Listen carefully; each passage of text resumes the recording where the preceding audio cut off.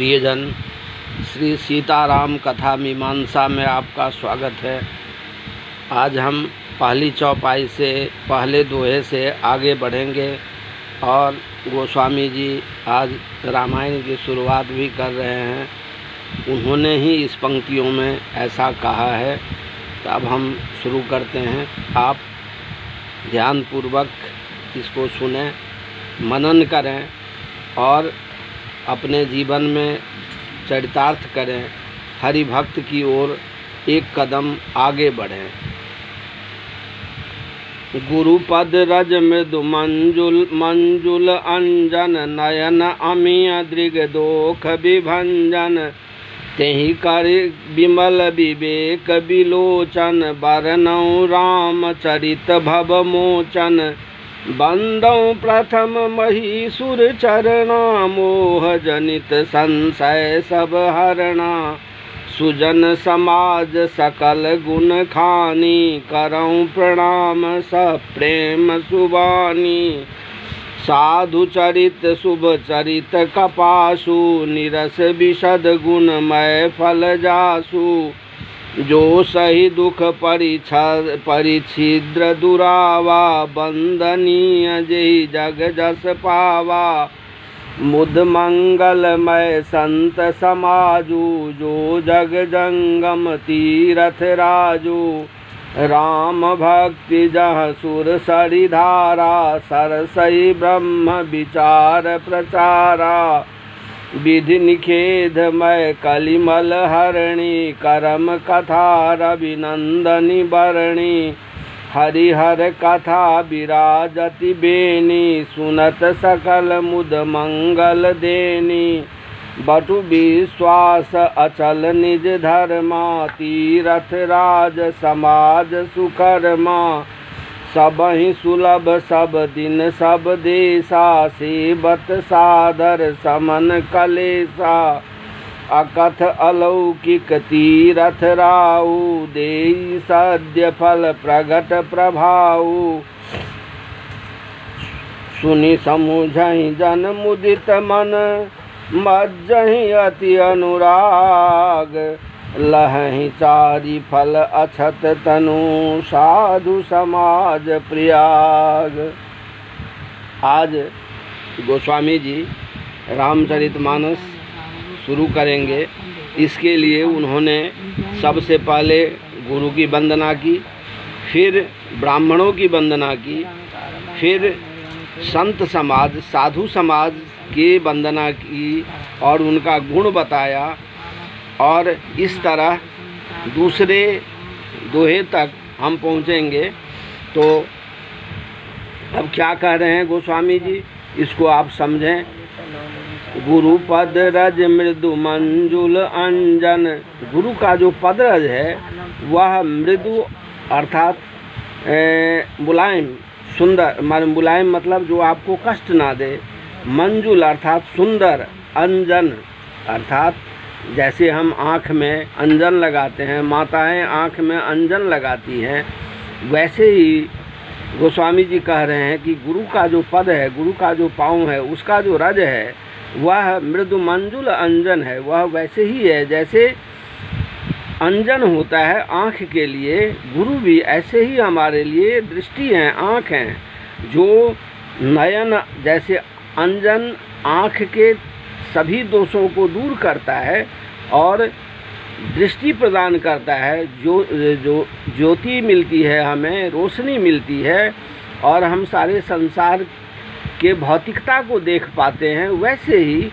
गुरु का जो पदरज है उससे हमें दिव्य दृष्टि की प्राप्ति होती है। वह कोमल है, मृदुल है और उससे हमें दिव्य दृष्टि की प्राप्ति होती है और हम उससे सब कुछ देख सकते हैं। अर्थात भौतिक बातों को तो देख ही सकते हैं, हम हरिचरण को भी देख सकते हैं, हम ब्रह्मांड को भी देख सकते हैं, ब्रह्म को भी देख सकते हैं। यह तभी संभव है जब हमें गुरु के पद का रज प्रसाद मिले, अर्थात हमें गुरु की कृपा मिले। तेहि करि विमल विवेक विलोचन, बरनौ राम चरित भव मोचन, अब गुरु गोस्वामी जी कह रहे हैं कि अब गुरु महाराज की कृपा से, उनके विवेक के प्रसाद से अब मैं राम चरित का वर्णन करता हूँ, जो भव मोचन है, जो हमें इस भव सागर से मुक्ति दिलाएगा। यह किससे संभव है? गुरु की कृपा से संभव है। अब आगे चलते हैं, अब ब्राह्मण की वंदना करते हैं। क्या कह रहे हैं कि बंदौ प्रथम महीसुर चरना, मोह जनित संशय सब हरणा। अब आप अंदाज़ा लगाइए, आज के डेट में हर कोई ब्राह्मण को गाली देता है। आज से नहीं गाली दे रहा, बहुत दिनों से गाली दे रहा। 1000 साल से ज़्यादा से ब्राह्मणों को गाली दी जा रही, फिर भी ब्राह्मण हैं जो सतत लोक कल्याण में लगे होते हैं। आप दक्षिणा दें ना दें, वह आपके कर्म के लिए, अपने यजमान के कर्म के लिए, अपने यजमान की भलाई के लिए भागता फिरता है। संपूर्ण हिंदुस्तान में अगर यह देखा जाए कि ब्राह्मणों ने कितनी दूरी तय की है, तो मुझे लगता है कि पता नहीं वह यहाँ से चंद्रमा तक कितनी बार आना जाना हो जाएगा। किसके लिए? तो अपने यजमानों के लिए, अपने अधीन, अपने क्षेत्र में रहने वाले, अपने चाहने वालों के लिए और उनको उचित मार्गदर्शन के लिए ये ब्राह्मण लोग तत्पर होते हैं। फिर भी लोग उनको गाली देते हैं। वो गाली खा करके भी वह यजमानों के कल्याण की बात ही सोचता है, सबके कल्याण की बात ही सोचता है। तो गोस्वामी जी क्या कह रहे हैं कि बंदौ प्रथम महीसुर चरणा, मैं पहले ब्राह्मणों के चरण की वंदना करता हूँ। मोह जनित संशय सब हरणा, क्योंकि जब तक ब्राह्मणों की कृपा नहीं होगी तब तक मोह दूर नहीं होगा। अर्थात जब तक आपको ज्ञान नहीं मिलेगा, भक्ति अलग मार्ग है, भक्ति साधना बहुत अच्छी बात है, लेकिन आप भक्ति मार्ग में तभी तत्पर होंगे जब मोह आपका कम होगा। और उस मोह को कौन कम करेगा? तो ज्ञान कम करेगा। वो ज्ञान कहाँ से आएगा? तो ब्राह्मणों के माध्यम से आएगा। इसलिए गोस्वामी जी कह रहे हैं कि बंदौ प्रथम महीसुर चरणा, मोह जनित संशय सब हरणा। जिनके माध्यम से हमारे भीतर जो अज्ञानता उत्पन्न होती है, जो संदेह उत्पन्न होते हैं, उसका हरण होता है। किसके माध्यम से? महीसुर के माध्यम से, अर्थात ब्राह्मणों के माध्यम से। इसीलिए मैं उनको प्रणाम करता हूँ। सुजन समाज सकल गुण खानी, करऊं प्रणाम सब प्रेम सुबानी। सुजन समाज सकल गुण खानी, जो सज्जन होते हैं, वैसे ब्राह्मणों के बारे में कहा जाता है कि छने रुष्टा छने तुष्टा, रुष्टा तुष्टा छने छने। परंतु सत्य यही है कि वह आपका कल्याण ही चाहता है। तो गोस्वामी जी कहते हैं कि वो सुजन हैं, समाज के कल्याण के लिए हैं, सकल गुणों के खान हैं। करऊं प्रणाम सब प्रेम सुवानी, इसलिए मैं ब्राह्मणों को सुंदर वाणी के माध्यम से सब प्रेम, उनको प्रेम सहित उनको प्रणाम करता हूँ। अब ब्राह्मणों की वंदना कर ली, गुरु की वंदना कर ली, ब्राह्मणों की वंदना कर ली, क्योंकि ये आपको पता पड़ गया। अब साधु की वंदना करते हैं। अब साधु का स्वभाव बताते हैं कि साधु समाज कैसा होता है, संत समाज कैसा होता है, उसकी चर्चा कर रहे हैं गोस्वामी जी। तो साधु चरित शुभ चरित कपासु, साधु का जो चरित होता है वो शुभ होता है। कैसा शुभ होता है? तो कपास की तरह। निरस विशद गुणमय फल जासु, जैसे आम का फल मीठा होता है, आम आपको बड़ा प्यारा लगता है। कपास का फल जब आप देखेंगे तो उसमें रेसे रेसे होते हैं, उसकी गुठली का भी कोई स्वाद नहीं होता। उसके कपास के रेशे से हमारे कपड़े तैयार होते हैं, जिससे हम अपना तन ढकते हैं, ढकते आए हैं। तो गोस्वामी जी ने इसीलिए कपास को चुना। अब कह रहे हैं कि जैसे कपास का बीज नीरस होता है, उसमें कोई रस नहीं होता, उसमें कोई स्वाद नहीं होता, ऐसे ही साधु लोग मोह से रहित होते हैं, जैसे कपास के बीज होते हैं। लेकिन अब कपास का क्या काम होता है और साधु का क्या काम होता है, तो उसको समझिए। जो सही दुख परिछद्र परिछि पर छिद्र दुरावा, बंदनीय जही जग जस पावा। तो जैसे आप कपास की पहले कपास के रेशे को निकालते हैं, छुड़ाते हैं, फिर उसको गूंथते हैं, फिर उससे आप धागा बनाते हैं, धागे से फिर कपड़े बनाए जाते हैं और फिर सुई में लेकर के उसकी सिलाई करते हैं। अर्थात कपास कितना कष्ट सह कर के हमारे कष्ट के माध्यम से हमारे लिए वस्त्र रूप में तैयार होता है। और अगर जीवन में 4 अत्यंत अधिक आवश्यकताएं हैं, तो वह क्या है? भोजन, वस्त्र, आवास। भोजन, वस्त्र, भोजन के बाद वस्त्र चाहिए हमें। वह किससे प्राप्त होता है? कपास से। तो कपास के समान साधु का चरित्र होता है, जो भीतर से उसका कुछ लेना देना नहीं है, उसमें कोई लोभ मोह कुछ नहीं है, लेकिन वह कष्ट सह करके भी दूसरों को सुख पहुंचाता है। इसीलिए वह जगत में वंदनीय है। साधु क्या है? वंदनीय है। मुद मंगलमय संत समाजू, जो जग जंगम तीरथ राजू।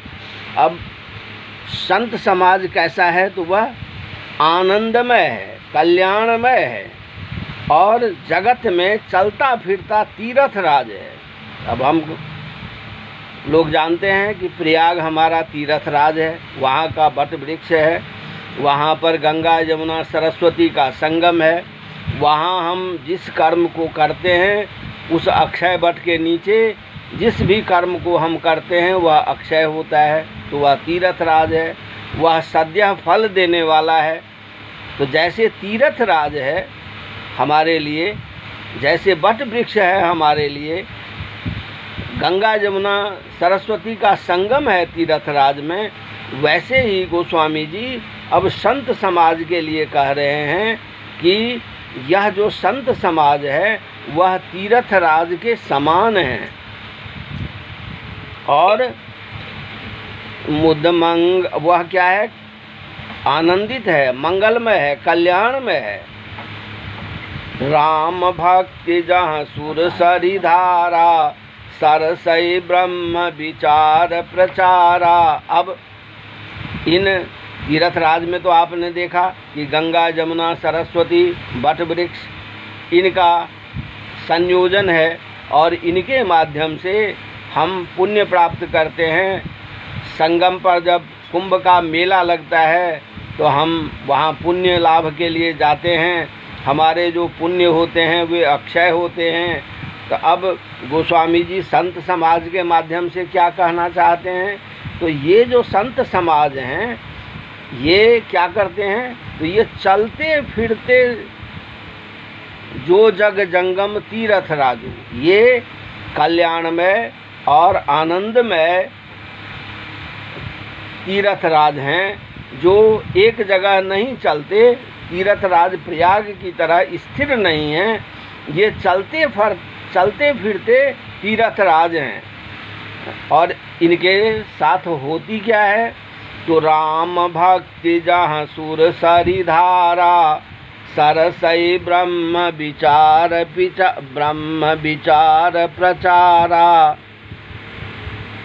इनका कार्य क्या है? तो ये सत्संग करते हैं, राम भक्ति का प्रचार प्रसार करते हैं, इनके मुख से राम भक्ति का प्रवचन होता है, कथाएं बताई जाती हैं। और वह कैसी है? तो जैसे वह सुरसरी धारा हो, अर्थात गंगा जी हो, सरसई ब्रह्म विचार प्रचारा। और सरस्वती का वहाँ संगम है, गंगा यमुना सरस्वती, तो सरस्वती जी उनके विचारों में है, अर्थात राम भक्ति सुरसरी धारा है। और अच्छे विचार, अच्छे वाक्य, ब्रह्म की ओर ले जाने का जो उनका प्रवचन है, मार्ग है, वह क्या है? तो वह सरस्वती है। और ये किसके माध्यम से संभव है? तो संत लोगों के माध्यम से संभव है, जो चलते हुए तीर्थ राज हैं। और यही नहीं, अब इतने से ही तो नहीं रुकेगा, यमुना भी तो आना चाहिए। गंगा यमुना सरस्वती, गंगा जी आ गई जो राम भक्ति का सुरसरी धारा है, वो सुरसरी धारा हो गई, अर्थात गंगा जी हो गई, राम भक्ति गंगा जी हो गई। सरस्वती जो ब्रह्म विचार है वो हो गया, उनके साधुओं के द्वारा, संतों के द्वारा जो विचार व्यक्त किए गए, अर्थात सुरसरी को पहुंचाया गया, वह राम भक्ति के विचार को जो पहुंचाया गया, वह सरस्वती हो गई। विधि निखेधमय कलिमल हरणी, करम कथा रवि नंदनी बरणी। और जमुना जी कौन है? तो विधि और निखेध अर्थात भक्ति, और निखेध अर्थात यह करना है यह नहीं करना है। ये किन से आएगा? संत समाज से आएगा, साधु समाज से आएगा। ये क्या है? तो रवि नंदनी बरणी, ये जमुना जी के सदृश उनके विचार हैं। और इस तरह क्या हो गया? सबका संगम हो गया। गंगा यमुना सरस्वती, राम भक्ति सुरसरी अर्थात गंगा जी, उसका विचार प्रवाह सरस्वती। और ये करना है ये नहीं करना है, ये कर्मों का लेखा जोखा ये यम, सूर्यपुत्री यम की बहन यमुना जी हो गई। तो इस तरह जो साधु समाज हैं वो चलते फिरते तीर्थ राज हैं।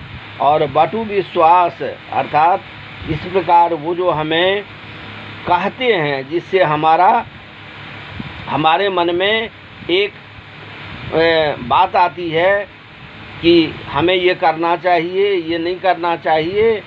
अक्षय वट के नीचे जाके जिन बातों को हम करते हैं, तो अब उस बात को लाते हैं गोस्वामी जी कि बटु विश्वास अचल निज धर्मा, तीर्थ राज समाज सुकर्मा। अर्थात जैसे वहाँ पे तीर्थ राज प्रयाग में बट वृक्ष है, जिसके नीचे हम धर्म कर्म करके और ये सोचते हैं कि हमारा जो धर्म हुआ, हमारा जो पुण्य कर्म हुआ, वह अचल हुआ। तो वैसे ही ये जो हमारे धर्म में हमें अटल विश्वास दिलाते हैं, ये शुभ कर्म है, ये अशुभ कर्म है, ये हमें करना चाहिए, ये हमें नहीं करना चाहिए, ये सारी बातें किसके माध्यम से आएगा? तो साधुओं के माध्यम से आएगा। तो ये जो अटल विश्वास कराना हुआ, ये वट वृक्ष हुआ। और ये किस से प्राप्त होगा? तो साधु और संत समाज से प्राप्त होगा। सब ही सुलभ सब दिन सब देशा, सेवत सादर समन कलेसा। अब ऐसा है कि आपके पास पैसे होंगे तो आप तीर्थराज जाएंगे, आपके पास फुर्सत होगी तो आप तीर्थराज जाएंगे, आपके घर में अगर सब कुछ ठीक रहेगा तभी आप तीर्थराज जाएंगे। पर ये जो साधु समाज है, संत समाज है, ये चलते फिरते तीर्थराज हैं।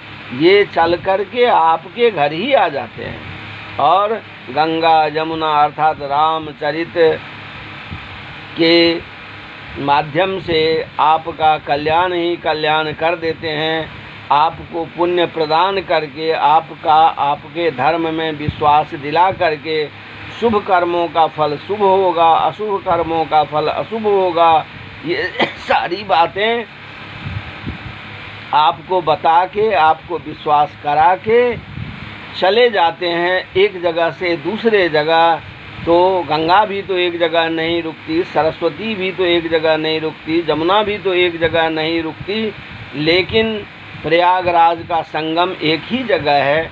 पर ये साधु समाज, संत समाज आपके यहाँ चल कर आते हैं, फिर दूसरी जगह जाते हैं। अर्थात ये चलते फिरते प्रयागराज हैं, तीर्थराज हैं, जो सबके लिए सब दिन सर्व सुलभ हैं। तो ऐसे जो साधु और संत समाज हैं उसको हम प्रणाम करते हैं। गोस्वामी जी का ऐसा कहना है, वो उनको सादर प्रणाम करते हैं जो क्लेश से उन्हें, अर्थात साधु समाज हमें क्लेश से दूर करता है। जब हम किसी सत्संग में बैठते हैं तो उतनी देर हम सारी बातों को भूल जाते हैं कि हमारे घर में क्या हुआ, हम कहाँ थे, हमारा कितना नुकसान हुआ, कितना फ़ायदा हुआ, ये सारी बातें हम भूल जाते हैं। उस समय हम भक्ति की रसधारा में बह चलते हैं। तो ये सब जो क्लेश है उसका शमन हो जाता है। किसके माध्यम से? तो साधु और संत समाज के माध्यम से, सत्संग के माध्यम से। तो ये हमारे लिए चलते फिरते तीर्थराज हैं। अकथ अलौकिक तीरथ राऊ, देई सद्य फल प्रगट प्रभाऊ।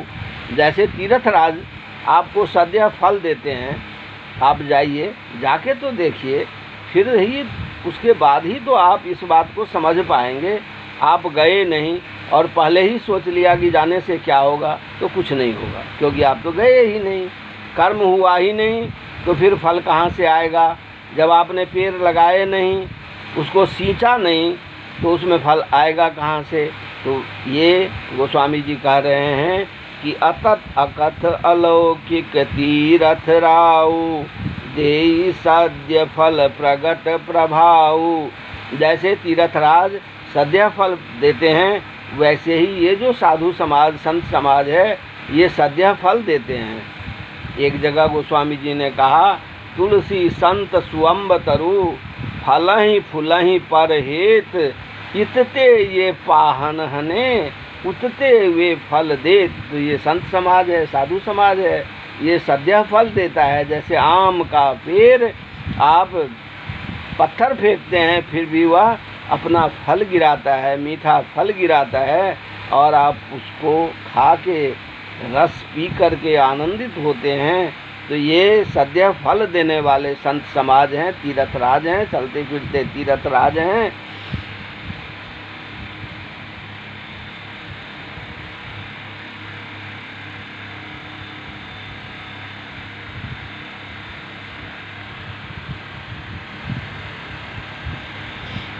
सुनि समुझहि जन मुदित मन, मज्जहि अति अनुराग, लहहि चारि फल अछत तनु, साधु समाज प्रयाग।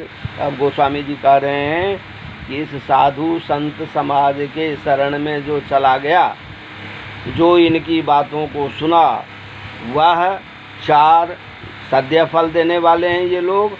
वह चार फल का प्राप्ति सीधे सीधे कर लेता है। कौन से वो हैं हमारे? तो हमारे चार श्रेष्ठ कर्म फल या हमारे जीवन के जो उद्देश्य हैं वो हैं धर्म, अर्थ, काम, मोक्ष। अर्थात धर्म, अर्थ, काम, मोक्ष, ये हिंदू धर्म के चार पिलर हैं, चार खंभे हैं, जिसके बिना इस जीवन का कोई मूल्य नहीं। पहले हम धर्म धारण करते हैं, फिर उसके अनुसार कर्म करते हैं, फिर हम धन लाभ करते हैं, फिर हम मोक्ष के मार्ग पर चल पड़ते हैं। और ये सब की प्राप्ति साधु समाज, संत समाज के सानिध्य में आकर के सीधे सीधे प्राप्त होता है। तो आज मैं दूसरे दोहे पे आपको विराम दिलाना चाहता हूँ। जय श्री सीताराम। ओम नीलाम्बुजश्यामल कोमलांगम, सीता समारोपित वाम भागम, पाणौ महासायक चारु चापम नमामि रामं रघुवंशनाथम। जय भगवान।